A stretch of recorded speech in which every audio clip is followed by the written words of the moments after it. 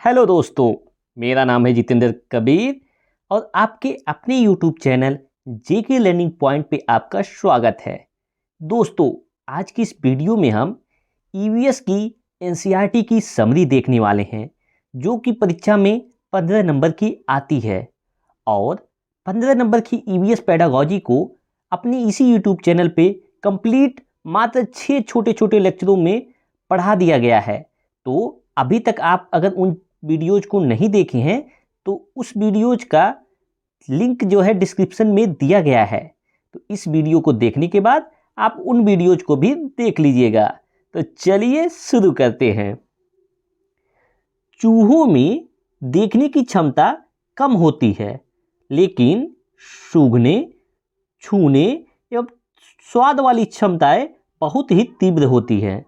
मतलब जो चूहे होते हैं, इनकी जो आंखें होती है वो उतना अच्छे से काम नहीं करती है, ये उतने अच्छे तरीके से देख नहीं पाते हैं, क्योंकि चूहों की देखने की क्षमता कम होती है। लेकिन उनके जो बाकी के सेंसेस हैं, जैसे सूंघने की प्रक्रिया हुई, छूने का हुआ, या फिर स्वाद लेने वाली जो क्षमताएं हैं वो बहुत ही तेज होती हैं। इसीलिए आप लोग देखते होंगे कि कोई भी खाने पीने वाली वस्तु रखी गई है तो चूहे वहां पे फटाक से पहुंच जाते हैं। और आइए देखते हैं कुछ जो है जगहों के बारे में और वहाँ का कल्चर क्या है। तो देखिए, सबसे पहले हम लोग बात करेंगे कहाँ का, हांगकांग का। देखिए, एक बच्ची है जिसका नाम लीचेन है। तो बस आपको इतना याद रखना है कि ये लीचेन है, कह रही कि मैं हांगकांग में रहती हूँ और मुझे और मेरी माँ को सांप खाना बहुत पसंद है। मतलब हांगकांग के लोग सांप को खाते हैं। तो क्वेश्चन डायरेक्टली परीक्षा में कई बार पूछा है कि सांप कहाँ का भोजन है।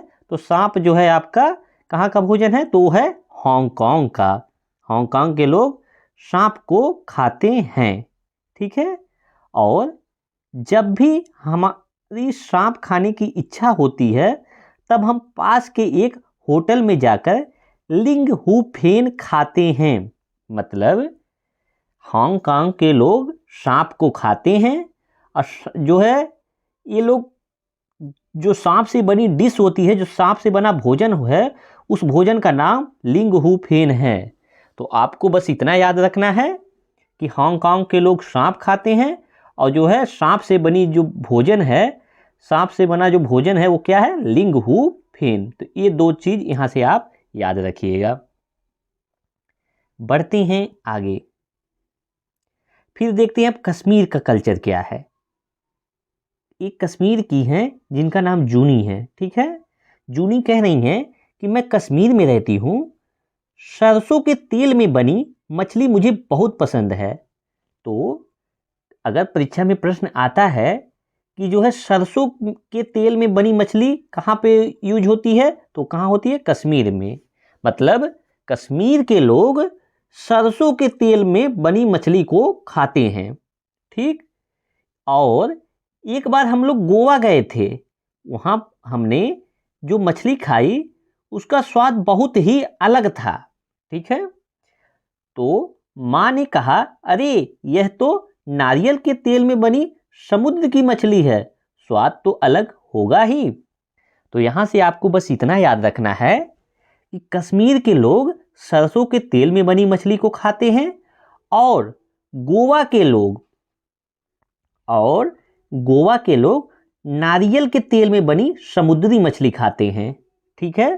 तो यहाँ पे 2 पॉइंट आपको नोट करना है। पहला कि जो है कश्मीर के लोग सरसों के तेल में तली मछली खाते हैं और गोवा के लोग नारियल के तेल में बनी समुद्री मछली खाते हैं।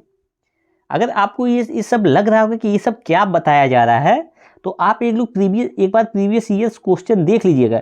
ये सारे प्रश्न परीक्षा में पूछे गए हैं। इसी तरह के आसान जो है कहानी टाइप के प्रश्न पूछता है और 1 नंबर आपको वहाँ से मिल जाता है। तो इसलिए जो छोटे छोटे पॉइंट्स बताए जा रहे हैं, इनको जो है कहानी की तरह सुनिए और जो जो इम्पोर्टेंट बताया जा रहा है उसको नोट कर लीजिए, ताकि आप परीक्षा में अच्छे नंबर ला सकें। अब देखते हैं केरल का संस्कृत क्या है। ये टॉमस हैं, ये केरल में रहते हैं, ठीक है। कह रहे हैं कि मैं केरल में रहता हूँ, मुझे सबसे अच्छी 2 चीज़ें लगती हैं और वे चीज़ें मेरे घर के आंगन में ही उगती हैं। एक ऊपर ऊंचे पेड़ पर और दूसरी जमीन के नीचे, ठीक है। बस नारियल में डली हुई किसी भी करी के साथ उबला हुआ टैपियोका मिल जाए तो मज़ा आ जाता है, ठीक है।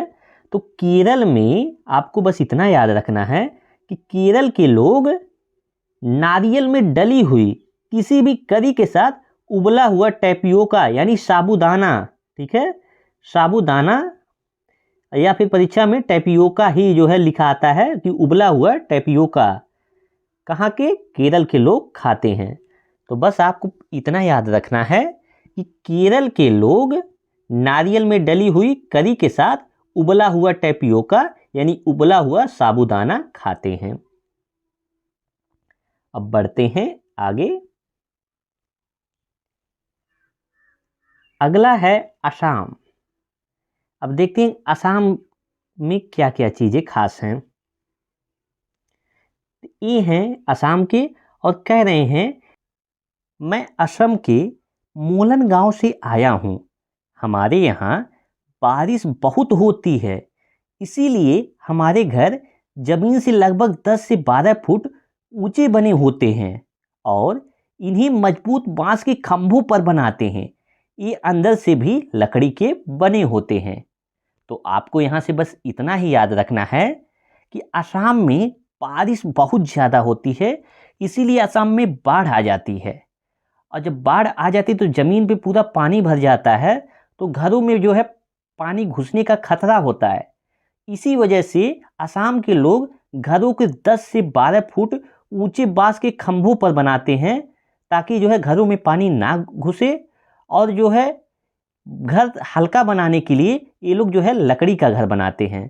तो बस इतना ही आपको याद रखना है कि घर को बनाने के लिए 10 से 12 फुट के बांस के खंभों का कहाँ इस्तेमाल होता है, तो वो होता है असम में। क्यों होता है? बारिश वहाँ बहुत ज़्यादा होती है, बाढ़ आ जाती है। तो ये थी असम की कहानी। बढ़ते हैं आगे। अब आते हैं हम लोग मनाली की कहानी को देखते हैं। मैं मनाली से आई हूँ जो एक पहाड़ी इलाका है। हमारे यहाँ भी बारिश बहुत होती है और बर्फ़ भी पड़ती है। जब ठंड ज़्यादा हो जाती है तब धूप में बैठना अच्छा लगता है। हमारे मकान पत्थर या लकड़ी से बनते हैं। तो बस आपको इतना यहाँ पे ध्यान देना है कि मनाली में भी बारिश तो होती है, साथ में बर्फ़ भी पड़ता है और यहाँ के जो घर होते हैं वो पत्थर और लकड़ी दोनों से बनते हैं। अगर जो है परीक्षा में प्रश्न आता है कि जो स्लोप वाले छत, ठीक है, स्लोप वाले छत कहाँ बनते हैं, तो वो बनते हैं मनाली में। तो बस यहाँ से एक ही पॉइंट आप ध्यान रखिएगा कि स्लोप वाले छत कहाँ बनते हैं, तो मनाली में बनते हैं। ऐसा इसलिए यहाँ पे जो है स्लोप वाले छत बनते हैं क्योंकि जब भी ठंड ज़्यादा पड़ती है तो बर्फ़ पड़ने लगती है और बर्फ़ जब छतों पर पड़ती है तो स्लोप के कारण, ठीक है, ढलान के कारण ये सारी बर्फ़ जो है, बर्फ़ का पानी या बर्फ़ जो है आपका गल गल के नीचे गिर जाता है। अगर मान लीजिए प्लेन छत होता तो छत पे ही जो है आपका बर्फ़ पूरा पड़ा रहता, लेकिन इसीलिए यहाँ पे स्लोप बनाया जाता है ताकि छत से पूरा बर्फ़ सरक जाए। तो बढ़ते हैं आगे।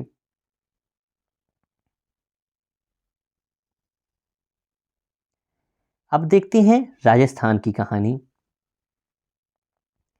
मैं राजस्थान के एक गांव से आया हूँ।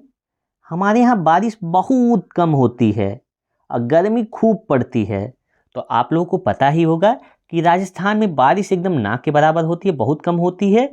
इसीलिए वहाँ पे रेगिस्तान जो है होता है बहुत ज़्यादा पाया जाता है और जो है बारिश ना होने की वजह से, धूप ज़्यादा होने के कारण वहाँ पे गर्मी भी खूब दबा के पड़ती है। इसीलिए हम लोग मिट्टी के घरों में रहते हैं और घरों की दीवारें बहुत मोटी होती हैं। इन दीवारों को मिट्टी से लीप पोतकर सुंदर बनाया जाता है और छतें कटीली झाड़ियों की बनी होती हैं। मतलब राजस्थान के लोग मिट्टी के घरों को बनाते हैं और जो मिट्टी के घर होते हैं उनकी दीवारें बहुत ही मोटी बनाई जाती हैं और इनको जो है मिट्टी से लीप पोत कर काफ़ी सुंदर और चिकना बना देते हैं। साथ में जो छतें होती हैं यहाँ पे कटीली झाड़ियों का इस्तेमाल किया जाता है, क्योंकि आपको पता है कि राजस्थान में वर्षा कम होती है तो वहाँ पे कटीली झाड़ियाँ ही उगती हैं। इसी कारण यहाँ के जो छत हैं, छप्पर हैं, छप्पर बनाने के लिए जो घास इस्तेमाल होती है वो कटीली झाड़ी रहती है। तो ये थी राजस्थान की बात। तो आइए अब ब्रेल लिपि को देखते हैं। ये जो ब्रेल लिपि होती है इसका इस्तेमाल जो अंधे लोग होते हैं उनको पढ़ने के लिए किया जाता है। जैसे हम लोग नॉर्मल किताबों को पढ़ते हैं उसी तरह उनको ये जो है ब्रेल लिपि द्वारा जो किताबें बनी होती हैं उनका इस्तेमाल अंधे लोग पढ़ने को करते हैं। ये जो आप देख रहे हैं ये कहानी जो है लुई ब्रेल की है और इन्हीं ने ब्रेल लिपि का आविष्कार किया था। तो आइए देखते हैं इनके बारे में एक कहानी है, कैसे कैसे जो है इन्होंने ब्रेल लिपि का आविष्कार किया था। तो इनके बारे में पढ़ते हैं। लुई ब्रेल फ्रांस देश के रहने वाले थे। जब वह 3 साल का था तब एक दिन अपने पिता के औजार से खेल रहा था। अचानक एक नुकीला औजार उसकी आंखों में चोट लग गई और आंखें खराब हो गई। मतलब लुई ब्रेल फ्रांस के रहने वाले थे और जब वह 3 साल के थे तो एक बार अपने पिता का जो औजार था उनके जो वर्कशॉप में एक बार खेल रहे थे उनके एक नुकीले औजार से, और वही जो उनका नुकीला औजार था उनकी आंखों में गड़ गया और उसी की वजह से उनकी आंखें खराब हो गई और उसे आंखों से दिखना बिल्कुल बंद हो गया। लेकिन उनकी जो पढ़ाई में रुचि बहुत ज़्यादा थी, इसीलिए उसने हार नहीं मानी और वह पढ़ने के लिए तरह तरह की तरकीबें सोचता रहता था। आखिर उसने ढूंढ ही लिया एक तरीका छूकर पढ़ने का और यह ब्रेल लिपि के नाम से जानी जाती है। तो उनका जो है पढ़ने में बहुत ही ज़्यादा मन लगता था, इसीलिए वो तरह तरीके से सोचते थे कि कैसे कैसे हम क्या करें कि जो है पढ़ाई जो है की जा सके। इसीलिए इन्होंने एक तरीका ढूंढा जिसे हम ब्रेल लिपि के नाम से जानते हैं।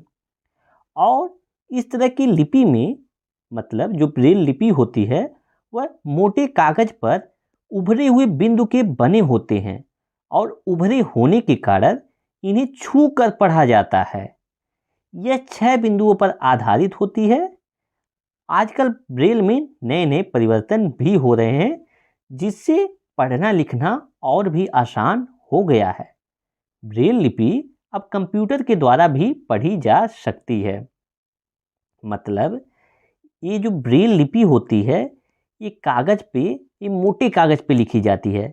वहाँ पे जो है 6 जो है बिंदु रहते हैं और इन 6 बिंदुओं में अलग अलग अक्षर के लिए अलग अलग डॉट्स उभरे हुए होते हैं। तो इन डॉट्स को जो अंधे लोग होते हैं अपने हाथों से छू कर पढ़ते हैं। तो ये था आपका ब्रेल लिपि, जिनके आविष्कारक हैं कौन? फ्रांस देश के रहने वाले लुई ब्रेल। तो बस आज की वीडियो में इतना ही। अगर ये वीडियो आपको अच्छी लगी है तो जो है वीडियो को लाइक करें, चैनल को सब्सक्राइब करें, साथ में कमेंट करके बताएं कि ये वीडियो आपको कैसी लगी और अपने दोस्तों के साथ चैनल को शेयर करना बिल्कुल ना भूलें। तो थैंक यू।